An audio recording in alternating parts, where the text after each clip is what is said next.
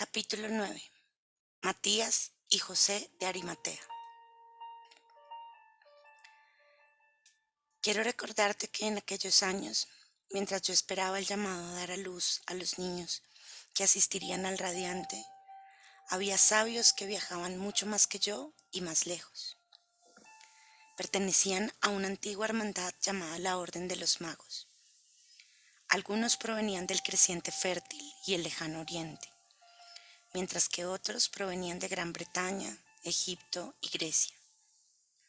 Durante siglos habían venido al Monte Carmelo para consultar nuestra biblioteca y compartir con nosotros la sabiduría antiquísima que se conservaba en sus tradiciones.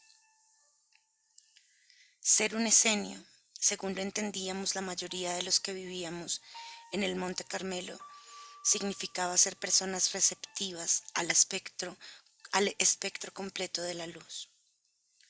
Podría decirse que éramos el resultado de la polinización cruzada de las numerosas enseñanzas diseminadas por los sabios que iban y venían como el viento. Más que una religión, seguíamos una forma de vida. Por lo tanto, conocíamos muy bien a Gautama Buda y a Zoroastro en los tiempos actuales, como habíamos conocido a Akenatón y Moisés en tiempos anteriores, y a Krishna, Isis y Osiris en la antigüedad. Nuestra tradición ecléctica y ecuménica nos permitía honrar todos los puntos de vista, permitiéndonos apreciar los diversos nombres que el Dios diosa interior ha adquirido en las diferentes culturas e idiomas. Nuestras enseñanzas se transmitían oralmente y principalmente con nuestro ejemplo de vida. También manteníamos registros escritos. Algunos de nosotros éramos excelentes escribas y muchos otros sabíamos una multitud de lenguas. En general, éramos de origen hebreo y nuestro idioma común era el arameo. Como te he ido explicando, amigo mío, me dediqué a mi desarrollo personal durante 400 años. Ahora ha llegado el momento en el relato de mi historia en el que deseo que me conozcas como mujer, con sentimientos humanos muy parecidos a los que tú experimentas cuando se trata de relaciones íntimas. Cuando llegué a abrazar la vida más plenamente y me preparé para dar a luz a Hishmarián, atraje hacia mí a un compañero, un espejo divino. Así llegué a conocerme a mí misma como no había podido conocerme antes. A medida que pasaban los días, comencé a sentir un flujo de energía que no había experimentado desde hacía bastante tiempo. El deseo de unirme a otra persona se hizo cada vez más fuerte. Sabía que era mi guía interior, preparándome para realizar las acciones necesarias y cumplir con mi parte de dar a luz a los personajes que co-crearían y representarían el drama de la resurrección de Cristo, tal y como se enseña y representa en las escuelas de misterio. Como me sentía irresistiblemente atraída al matrimonio, comuniqué públicamente que era elegible para los ritos nupciales. Había varios hermanos en nuestra comunidad del Carmelo que se sentían atraídos hacia mí. Uno de ellos era Matías, hijo de Matías, un sumo sacerdote levita, y nieto de Matías el Viejo, quien había llegado al puerto de Tolemaida conmigo cuando regresé de Egipto al Monte Carmelo en el año 207 a.C. El otro era Timoteo, quien mantenía la biblioteca. Matías era mucho más joven que Timoteo y no había dominado todavía todas las iniciaciones disponibles en el Carmelo. Sentí que cualquiera de estos dos sumos iniciados era apropiado. Mi corazón se sintió más atraído por Matías. Su amor por la naturaleza y su capacidad de hacer crecer las flores más bellas y los frutos y vegetales más nutritivos era una delicia para mi alma. Además, su genuino interés por el bienestar de nuestra comunidad y su devoción a Dios hizo que fuera mi candidato favorito. Confieso que también honré el aspecto de mi naturaleza humana como Hannah, que se sentía atraído por Matías porque su alma se había encarnado previamente como Tomás.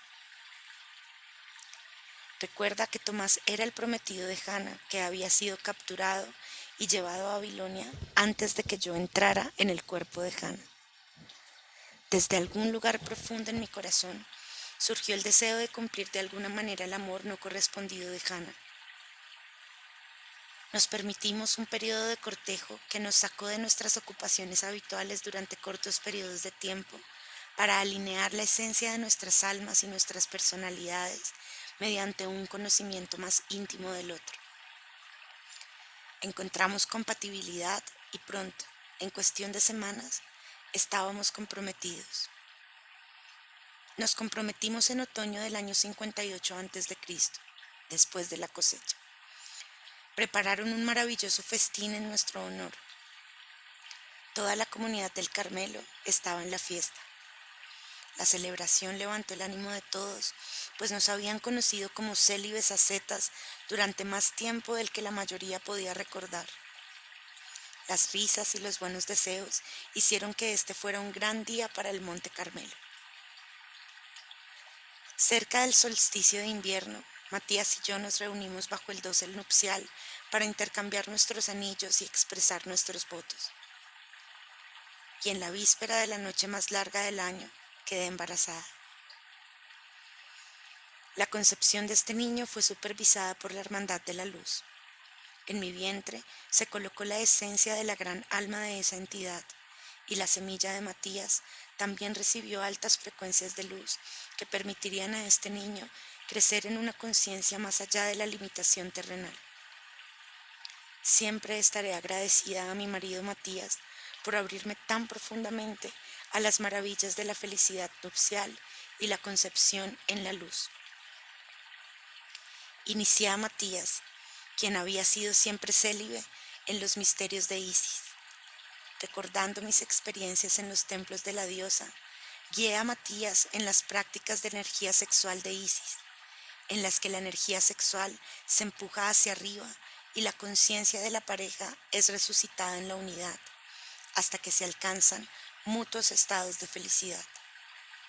Fue en este estado elevado de amor que el alma de nuestro hijo fue invitada a entrar al plano físico. Y conscientemente lo alimentamos con nuestro amor durante los meses que estuvo en mi vientre. La relación íntima con un hombre y dar a luz a mis hijos fue un regalo de una conciencia tan profunda que me preguntaba por qué no lo había permitido antes. Cuando contemplé el precio de esa profundidad, me di cuenta de que la apertura llegó a través de la ruptura de mi corazón, que yo había evitado. El dolor recalcitrante que había albergado el corazón herido de Hannah me proporcionó todas las razones para posponer el matrimonio.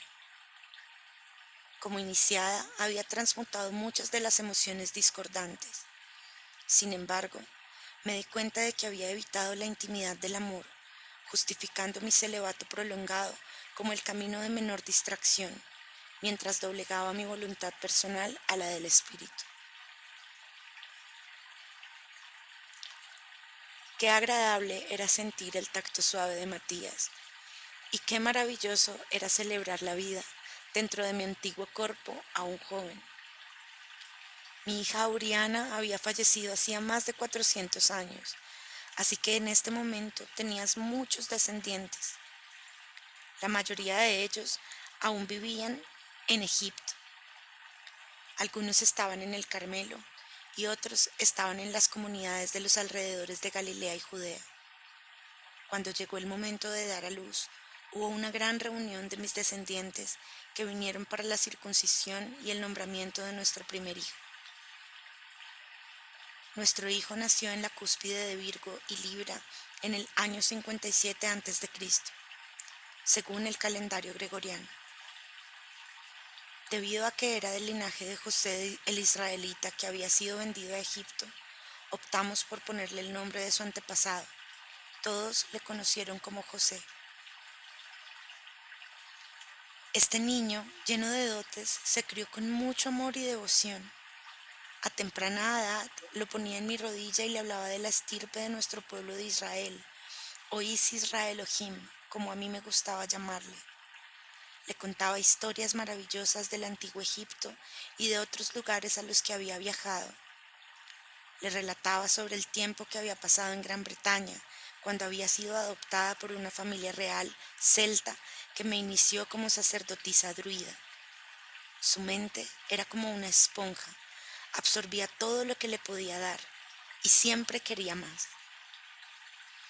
1 año y medio después del nacimiento de José, mientras nuestro amor era todavía fuerte, Matías y yo concebimos a una niña. La llamamos Marta. Ella era firme y decidida, y estaba dotada de sabiduría en los asuntos del hogar y un talento para manejar detalles. Ella, al igual que José, jugaría un papel en la historia que estoy relatando. Ahora voy a hablarte con más detalle de José, quien desempeñaría un papel clave en el plan divino. Como José mostraba pasión por los idiomas, le enseñamos nuestro idioma nativo, el arameo, cuando tenía entre 1 y 2 años. Cuando tenía entre 2 y 3 años, lo introduje a la lengua hebrea y las letras de fuego.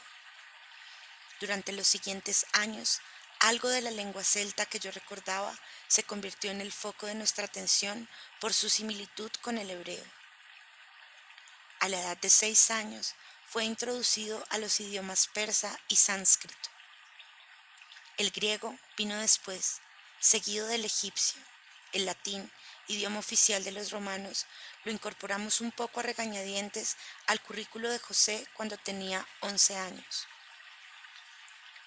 La razón de posponer la introducción del latín a José fue el sabor amargo que había dejado la invasión de Palestina por las legiones romanas de Pompeyo en el año 63 a.C. La lucha política entre los saduceos aristócratas y los fariseos ortodoxos había causado que Roma interviniera. Jerusalén había sido asediada y casi 12.000 judíos habían sido asesinados. A finales del año 63 a.C., toda Palestina se había incorporado a la provincia romana de Siria y pagaba tributos a Roma. Y para hacer la situación aún más amarga para mi gusto, Roma había reintroducido la crucifixión como castigo por cualquier forma de resistencia, con el fin de controlar a la gente. Sentía un profundo choque emocional cuando pasaba a lo largo de los caminos llenos de cruces. Parecía que nunca podría cerrar mi corazón al sufrimiento humano. ¿Aprenderá alguna vez la humanidad el verdadero significado de la cruz, el símbolo del espíritu uniéndose a la materia? Matías adoraba a su hijo, pero no le podía enseñar lo mismo que yo. Como consecuencia, comenzó a surgir una tensión entre nosotros con respecto a la crianza de José. Una sombra de celos y autocrítica erosionó la mente de Matías. Aunque a José le encantaba ir con su padre a los campos y jardines y caminar de la mano por debajo del manto de estrellas, prefería venir conmigo y pasar horas y horas estudiando los antiguos manuscritos de la biblioteca. Por ello, Matías sintió que había perdido a su hijo y, echándome la culpa de esa intensa pérdida, comenzó a distanciarse de mí. Nuestra cama se convirtió en un lecho de espinas en vez de rosas perfumadas. A medida que pasaron los meses, Matías creó una fría barrera de distancia alrededor de sí mismo. Sus muchos años de celibato comenzaron a invitarlo de nuevo a una vida segura, más ascética, que lo protegía de sentir el trasfondo emocional que perturbaba nuestro entorno familiar. Mi corazón estaba dolido y sentía remordimientos por la pérdida de mi marido. Sin embargo, ¿qué podía hacer? José era como era, y Marta prefería estar con las mujeres. Sabiendo que hay un propósito divino detrás de todo lo que ocurre, simplemente confié en Dios e hice lo que pude para aceptar nuestra situación. Varios meses después del cuarto cumpleaños de José, Matías decidió que sería mejor para todos que se trasladara a la comunidad esenia de Qumran, situada cerca del Mar Salado, a unos 80 kilómetros al sureste del Carmelo. Él presentó la situación como una separación temporal. Sin embargo, yo sabía en mi corazón que nuestro matrimonio había terminado. Cada unos pocos meses hacía una breve visita al Carmelo para estar con sus hijos, pero conmigo estaba herido y no se molestaba en invitarme a su cama. Así que llevamos nuestro caso al Consejo de Ancianos de nuestra comunidad y solicitamos la anulación de nuestros votos, a pesar de que no encontramos ninguna justificación para ello. Era una petición inusual. Sin embargo, el Consejo aceptó, y así Matías quedó libre para expresar sus excepcionales dotes y extraordinaria devoción en los jardines de Qumran. Matías disfrutó de la paz y la alegría de Qumran hasta el año 37 a.C., cuando murió de las heridas sufridas al resistir las legiones romanas de Antonio, cuando por orden del rey Herodes el Edomita quemaron Qumran hasta los cimientos.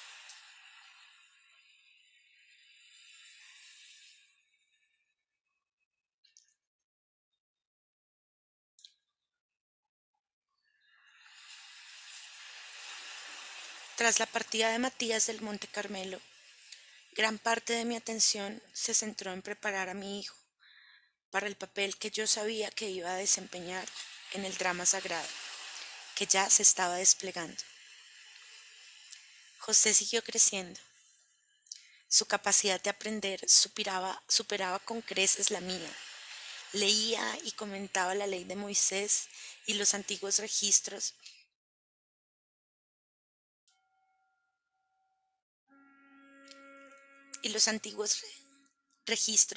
con cualquiera que estuviera dispuesto a entablar conversación. Sentía una especial atracción por los magos que venían de lejos. Su alma remontaba vuelo mientras escuchaba sus historias. Cuando tenía 12 años, quiso viajar con esos sabios. No fue fácil dejarle marchar, pero yo sabía que tenía que hacerlo.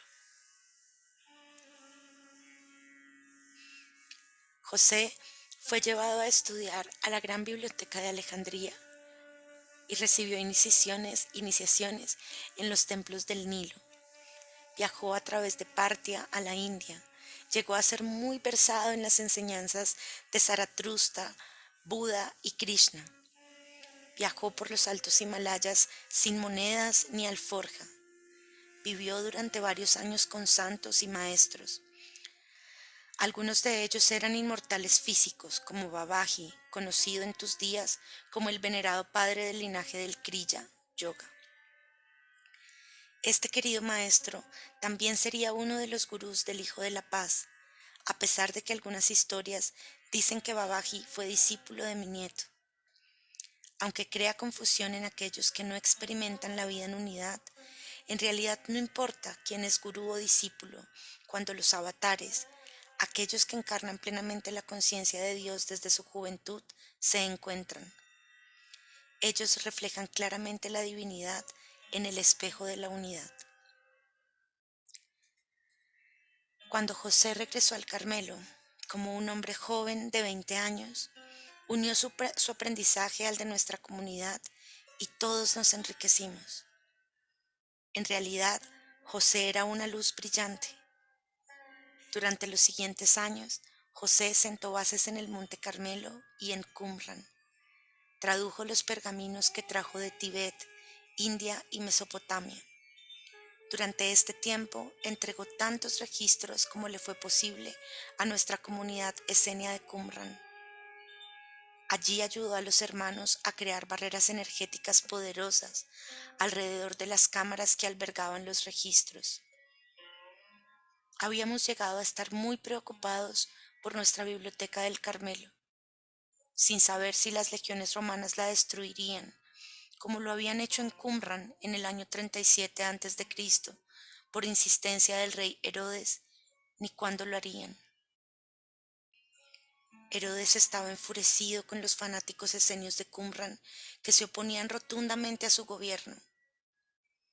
La comunidad conservadora y bastante militante de Qumran lo consideraba inepto para gobernar, no solo debido a su corrupta moralidad, sino también porque era un descendiente de Esaú en lugar de Jacob.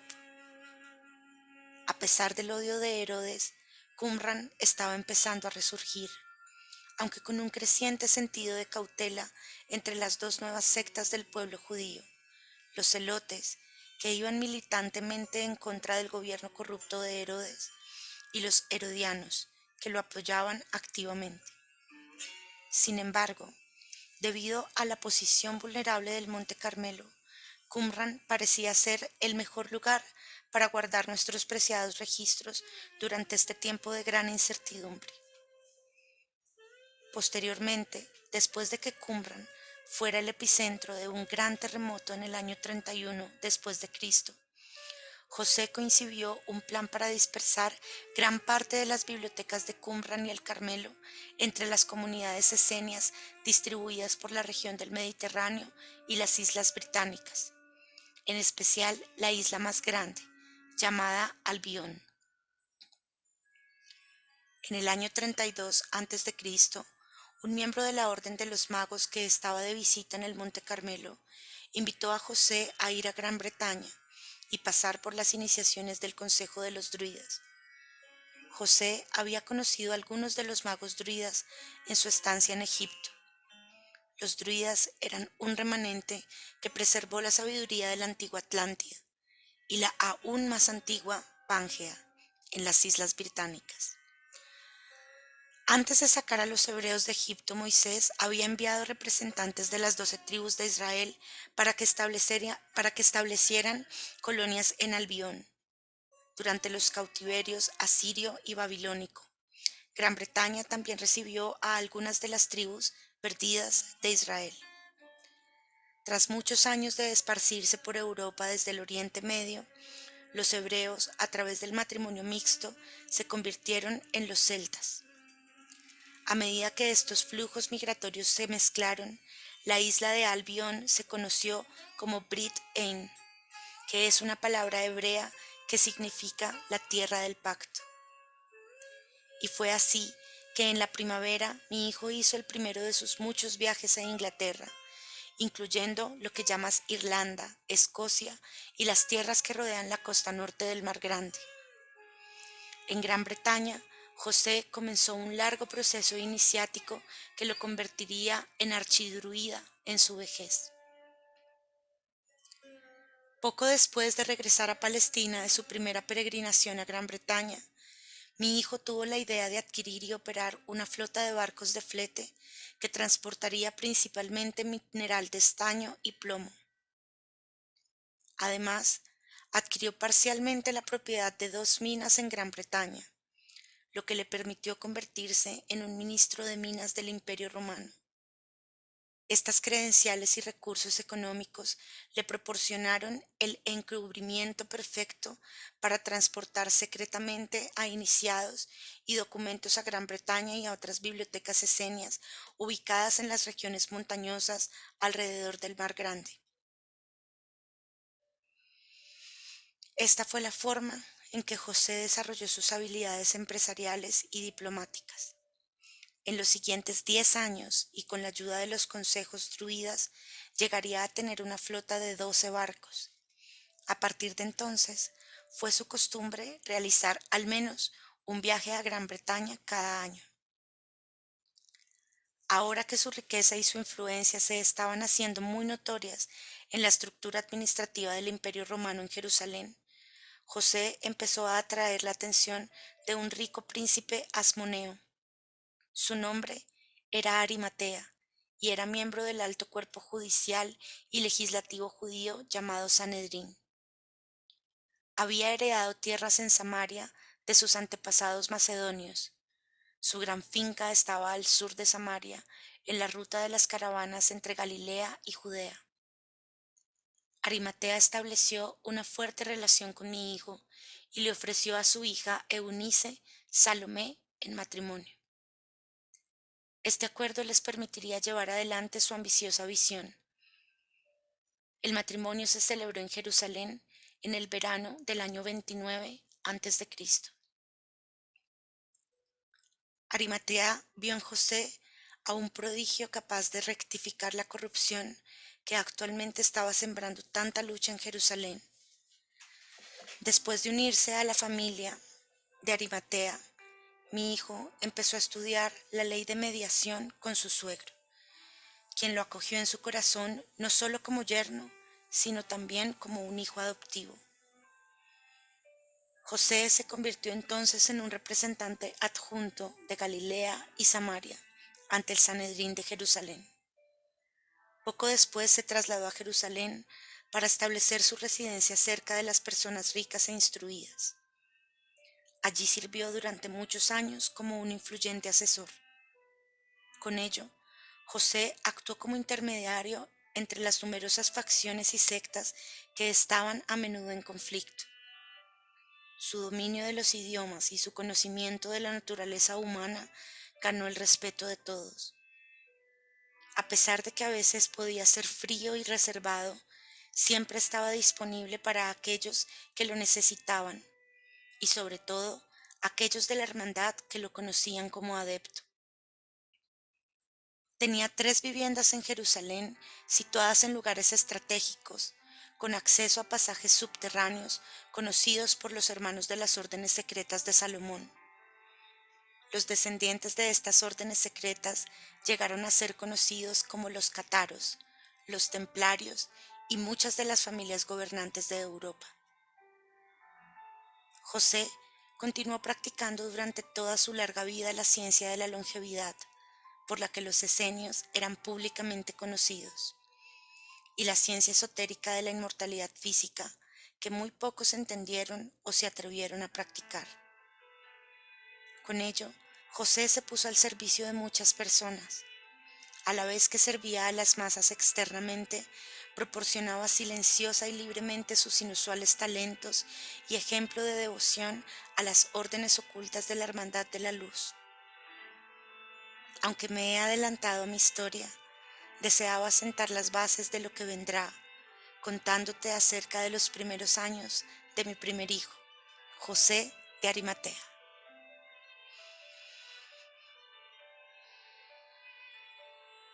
Este fue el capítulo 9 del libro Ana, la abuela de Jesús, un mensaje de amor y sabiduría, por Claire Hertz.